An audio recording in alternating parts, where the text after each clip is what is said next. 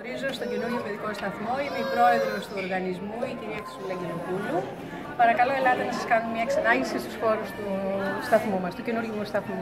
Ελάτε, παρακαλώ. Και ο κύριος Αντιπρόεδρος Καρανικόλας Αντώνης.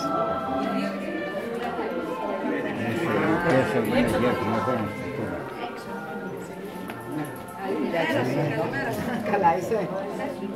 Βεβαίως, θα περάσω. Λοιπόν, περνάμε εδώ, είναι η πρώτη αίθουσα για τα μικρά παιδάκια της διδασκαλίας, αγωγής μάλλον θα έλεγα παρά διδασκαλίας.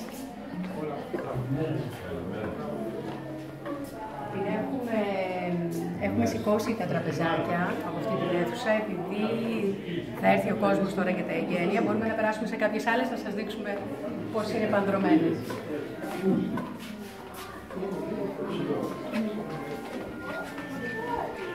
Ελάτε.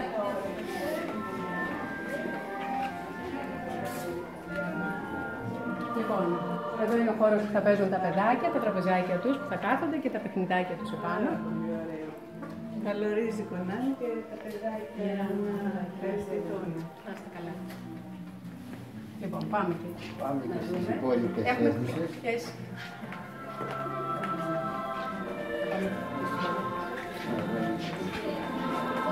Ένα δείγμα θα σας δείξουμε. Όλες οι αίθουσες είναι περίπου το ίδιο, επανδρωμένες.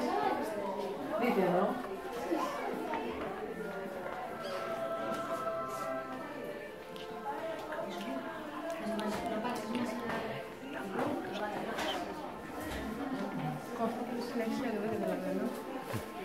Ξεκινήσουμε. Αυτός λοιπόν είναι ο νέος μας σταθμός. Κάπως έτσι είναι και οι άλλες αίθουσες. Είναι πάνω το βρεφικό τμήμα με τα κρεβατάκια που κοιμούνται τα παιδάκια. Εμείς είμαστε εδώ παρόντες, το Διοικητικό Συμβούλιο, ο κύριος Αντιπρόεδρος από εδώ. Γενικότερα με ευθύνη να προσπαθήσουμε να κάνουμε ό,τι καλύτερο γίνεται για τα παιδάκια που θα φιλοξενήσουμε φέτος και κάθε χρόνο βέβαια. Να είναι καλορίζικος ο σταθμός μας.